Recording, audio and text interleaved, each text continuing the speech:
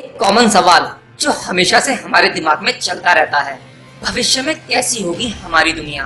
आज की टेक्नोलॉजी को देखते हुए हम सभी यह तो सोचते ही होंगे कि यार हम बड़े ही लकी हैं जो आज की ये एडवांस टेक्नोलॉजी हम इस्तेमाल कर पा रहे हैं। लेकिन दोस्त, हर जनरेशन के लोग ऐसा ही सोचते हैं। लेकिन ये भी कहना गलत नहीं होगा कि साइंस और टेक्नोलॉजी के इस टाइम में हमने जो तरक्की की है वो बहुत ही जल्दी की है, क्योंकि जो एडवांस टेक्नोलॉजी आज हम यूज कर रहे हैं वो आज से 40-50 साल पहले महज एक कल्पना ही था। और केवल 40-50 साल के अंदर हमारी टेक्नोलॉजी और साइंस बहुत एडवांस हो चुकी है। तो चलिए आज के इस एपिसोड में हम शेयर करेंगे फ्यूचर की, कैसा होगा हमारा फ्यूचर। आज से 150 से 200 साल पहले इंसान की एवरेज लाइफ 38 से 40 साल थी, जो आज बढ़कर सन 2000 में 38 से 70 साल तक हो चुकी है। हमने कई बार सुना होगा कि पहले के लोग ज्यादा जीते थे, लेकिन दोस्त वो कुछ रेयर था। हमारे पास में कोई साइंटिफिक एविडेंस नहीं है।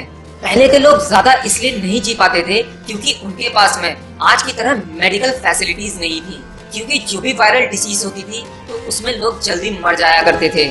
लेकिन आज की एवरेज एज 65 से 70 साल हो चुकी है और कुछ यूरोपियन कंट्री में तो इससे भी ज्यादा है। और ये सब कुछ हमारी आज की मेडिकल फैसिलिटीज की वजह से हो पाया है। तो ये तो था प्रेजेंट के बारे में। अब बात करते हैं फ्यूचर की मेडिकल साइंस कैसी होगी। तो दोस्तों, नैनो टेक्नोलॉजी तो आपने सुना ही होगा। फ्यूचर में हम नैनो टेक्नोलॉजी की मदद से इंसान के दिमाग और बॉडी की पावर को बढ़ा सकेंगे। यानी आज के इंसान में जो भी क्षमता है वो आज के मुकाबले फ्यूचर में ज्यादा हो जाएगी। और साथ ही कैंसर जैसी खतरनाक बीमारियों से भी हम आसानी से निपट पाएंगे, वो भी नैनो टेक्नोलॉजी की मदद से।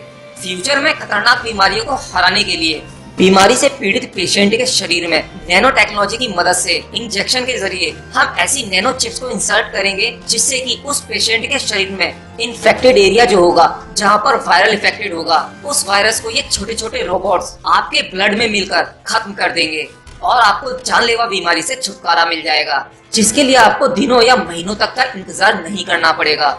ये ट्रीटमेंट इंस्टेंट रिजल्ट देगा। और दोस्तों, मैं आपको एक बात बता दूं, ये महज एक कल्पना ही नहीं है, इस टेक्नोलॉजी का आविष्कार हो चुका है और शायद भविष्य में हम इस टेक्नोलॉजी को देख पाएं।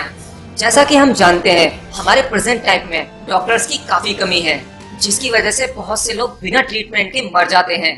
तो फ्यूचर में डॉक्टर्स की जगह पर रोबोट करेंगे वो सारे सर्जरी जैसे जटिल काम। तो भाई इसका मतलब तो ये हुआ, फ्यूचर में हमारे पास में डॉक्टर्स की कमी नहीं होगी, क्योंकि डॉक्टर्स की जगह रोबोट ले लेंगे। साथ ही आपके शरीर में जो एजिंग प्रोसेस है, यानी कि उम्र का बढ़ना, फ्यूचर में हम इस नैनो टेक्नोलॉजी की मदद से इसे कम कर पाएंगे। यानी कि आज 60 से 70 साल का बंदा कुछ इस तरह से दिखता है, लेकिन फ्यूचर में कुछ ऐसा दिख सकता है। और साथ ही मेडिकल साइंस कहता है कि हम भविष्य में इंसान की एज को 500 से 1000 साल तक कर पाएंगे। हाँ मेरे दोस्त, इस दुनिया में जो आया है वो जरूर जाएगा। जन्म के साथ मृत्यु जुड़ी हुई है, लेकिन ये तो कहीं नहीं लिखा ना कि हम इंसान की एज को बढ़ा नहीं सकते। तो ये पॉसिबल हो सकता है। फ्यूचर में आपके देखने की क्षमता भी बढ़ जाएगी, वो भी एडवांस उपकरणों के जरिए। यानी कि कुछ ऐसे कॉन्टेक्ट लेंसेज होंगे जिसे आप अपनी आंखों पे लगाकर अपने आंखों की क्षमता को बढ़ा पाएंगे।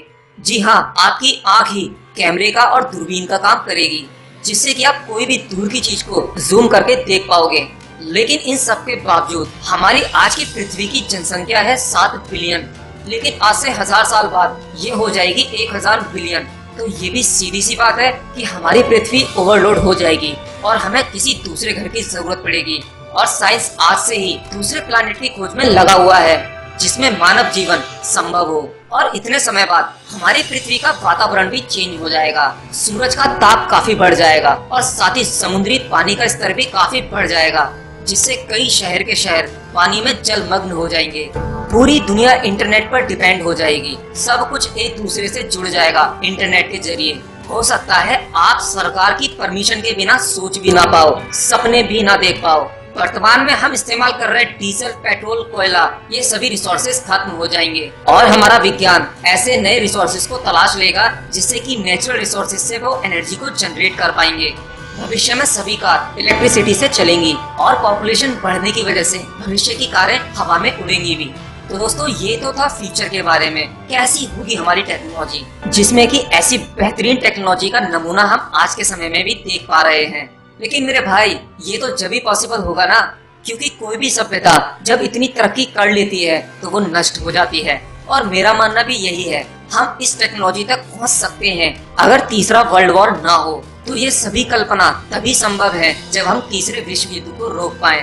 और अगर तीसरा वर्ल्ड वॉर हो जाता है तो आप सोच सकते हो कि हमारी दुनिया वापस काफी पीछे पहुंच जाएगी। बाकी दोस्तों, आप क्या सोचते हैं मुझे कमेंट बॉक्स में लिखकर जरूर बताना, क्योंकि आप लोगों से हमारा कॉन्फिडेंस बढ़ता है और हम नए नए रिसर्च करते हैं आप लोगों के लिए वीडियो बनाने के लिए। मज़ीद न्यूज़, एंटरटेनमेंट और मालूमाती वीडियो के लिए हमारे YouTube चैनल लैया न्यूज़ को सब्सक्राइब करें और बेल आइकॉन को दबाना मत भूलें, ताकि आपको हर न्यू वीडियो का नोटिफिकेशन मिल सके। हमारे फेसबुक पेज को लाइक करें, हमारे फेसबुक ग्रुप को ज्वाइन करें। अल्लाह हाफिज़।